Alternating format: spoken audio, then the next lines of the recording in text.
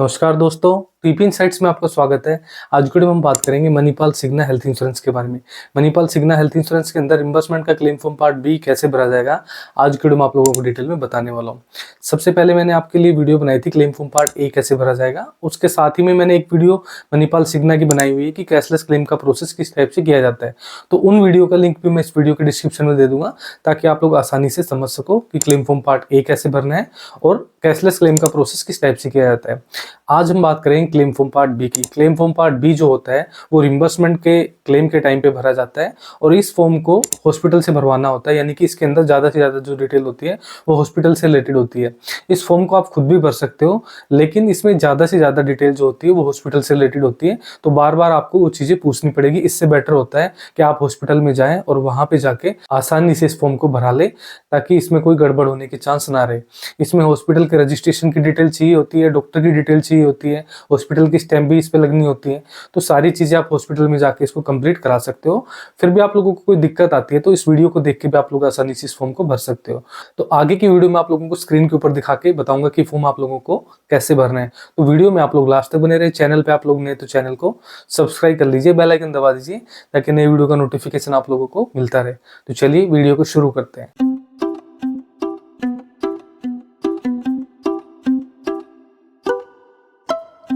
आप लोगों की स्क्रीन के ऊपर मणिपाल सिग्ना का रिम्बर्समेंट का क्लेम फॉर्म पार्ट बी खुला हुआ है, जो कि हॉस्पिटल की तरफ से भरा जाना है। और ये ब्लॉक लेटर्स में यानी कैपिटल लेटर में बड़े अक्षरों में फॉर्म भरा जाएगा। तो आगे इस वीडियो में कंप्लीट में बताने वाला हूँ, तो वीडियो में आप लोग लास्ट तक बने रहे। आगे इसमें लिखा हुआ है डिटेल्स ऑफ हॉस्पिटल। यहाँ पे हॉस्पिटल की डिटेल आएगी, जैसे कि नेम ऑफ द हॉस्पिटल, जिस हॉस्पिटल में आपने इलाज कराया उस हॉस्पिटल का नाम आएगा। हॉस्पिटल अगर इम्पैनल्ड है, यानी कि नेटवर्क लिस्ट में है मणिपाल सिग्ना की, तो इसकी एक आईडी बनी हुई होगी, वो यहाँ पे डालनी है। और अगर नॉन नेटवर्क हॉस्पिटल है तो आप इसको छोड़ दोगे। ठीक है, ये हॉस्पिटल वाले भी आपको आसानी से बता देंगे।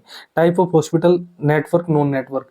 नेटवर्क हॉस्पिटल वो होता है जो मणिपाल सिग्ना से जुड़ा हुआ हॉस्पिटल होता है, और नॉन नेटवर्क हॉस्पिटल वो हॉस्पिटल होता है जो मणिपाल सिग्ना से जुड़ा हुआ हॉस्पिटल नहीं है, यानी कि आपस में कोई उनका टाई अप नहीं हुआ होता है।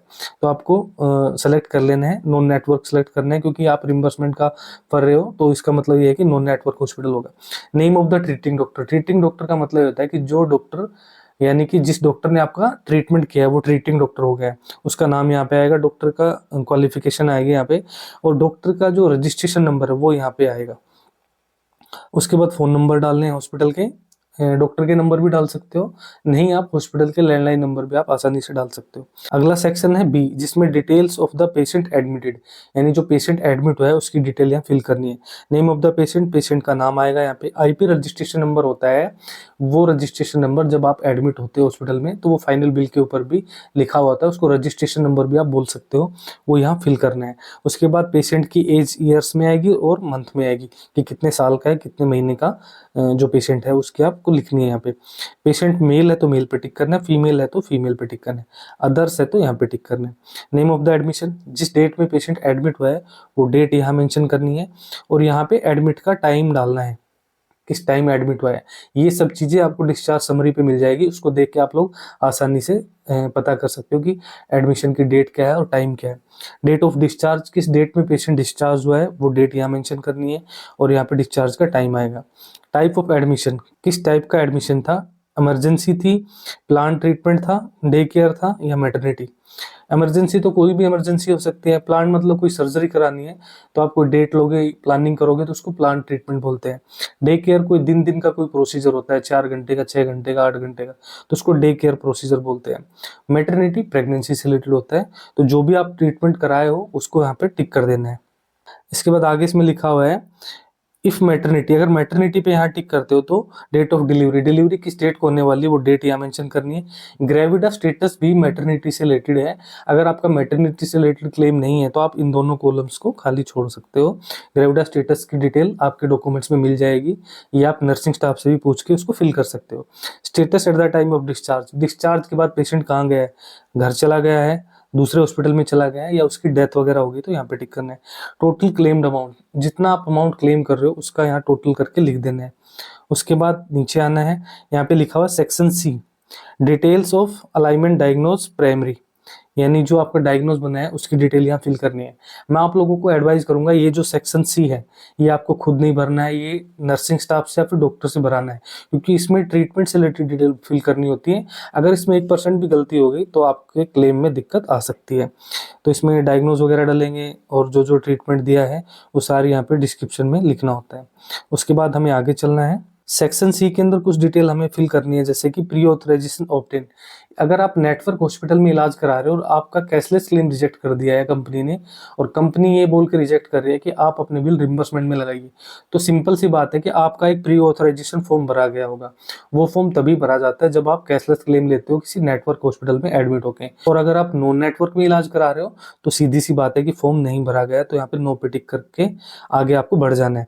और यस पे अगर टिक करोगे तो यहाँ पे प्री ऑथराइजेशन नंबर आपको फिल करना पड़ेगा। प्री ऑथराइजेशन नंबर होता है क्लेम नंबर, वो यहाँ पे आपको फिल करना है। इसके बाद आगे लिखा if authorisation by network hospital not obtained given reason. इसमें कह रहे हैं कि अगर नेटवर्क हॉस्पिटल है उन्होंने ये फॉर्म नहीं भरा है तो उसका रीजन यहाँ पे लिखवाओ। आगे इसमें है हॉस्पिटलाइजेशन ड्यू टू इंजरी। अगर आप हॉस्पिटलाइजेशन इंजरी की वजह से हुए तो यस पे टिक करना है, नहीं है तो नो पे टिक करना है। यस पे टिक करोगे तो आगे की डिटेल आपको फिल करनी पड़ेगी, जैसे कि if yes give cause self inflicted, खुद से अपने आप को घायल किया तो यहाँ पे टिक करना है। रोड एक्सीडेंट हुआ है तो यहाँ पे टिक करना है। और सब्सटेंस अब्यूज का केस है तो यहाँ पे टिक करना है। अल्कोहल शराब से रिलेटेड है तो यहाँ पे टिक करना है। उसके बाद लिखा हुआ है if injury due to substance abuse alcohol consumption test conducted to establish this. अगर कोई टेस्ट हुआ इससे रिलेटेड तो यस पे टिक करना है, अगर नहीं हुआ तो नो पे टिक करना है। यस पे टिक करोगे तो आपको रिपोर्ट यहाँ पे अटैच करनी पड़ेगी। मेडिको लीगल बना है तो यस पे टिक करना, नहीं है तो छोड़ देना है यहाँ पे। इसके बाद है रिपोर्टेड टू पुलिस। अगर पुलिस को रिपोर्ट हुई है तो यस पे टिक करना है, नहीं है तो नो पे टिक करना है। रिपोर्ट अगर हुई है तो FIR नंबर यहाँ मेंशन करना है और यहाँ पे रिपोर्ट की कॉपी भी अटैच करनी है। और अगर रिपोर्ट की कॉपी अटैच नहीं कर रहे हो तो उसका रीजन यहाँ पे आपको लिखना पड़ेगा, यानी कि अगर नहीं हुई है तो उसका रीजन लिखना पड़ेगा कि क्यों आपने रिपोर्ट नहीं कराई है। उसके बाद हमें आगे चलना है सेक्शन डी के अंदर। इसमें लिखा हुआ है क्लेम डॉक्यूमेंट सबमिटेड चेकलिस्ट। तो इसमें जो लिखा हुआ है ये डॉक्यूमेंट्स की चेकलिस्ट है कि जो जो डॉक्यूमेंट्स आप इसके साथ में लगाओगे इस फॉर्म के वो आपको टिक करना है। जैसे क्लेम फॉर्म जो फिल कर रहे हैं तो ये टिक कर देना है क्योंकि ये तो हम लगा ही रहे हैं। प्री ऑथराइजेशन रिक्वेस्ट अगर गई है तो आपको ये टिक करना है, अदरवाइज इसको छोड़ देना है। Copy of pre authorisation approval letter ये भी छोड़ देना है।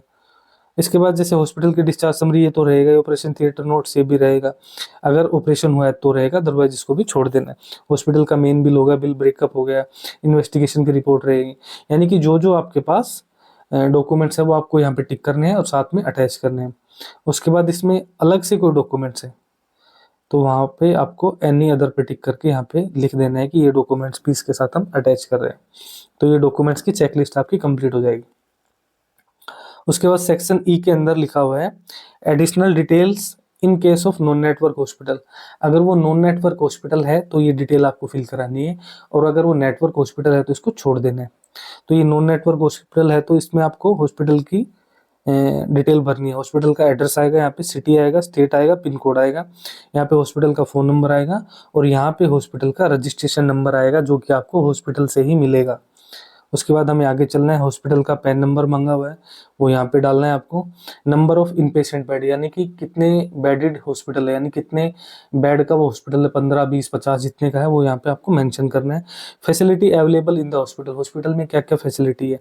OT यानी ऑपरेशन थिएटर है तो यस पे टिक करना है, नहीं है तो नो पे टिक करना है। ICU अगर उस हॉस्पिटल के अंदर है तो यस पे टिक करना है, नहीं है तो नो पे टिक करना है। अदर कोई फैसिलिटी वहाँ पे है तो यहाँ पे आपको मेंशन कर देनी है।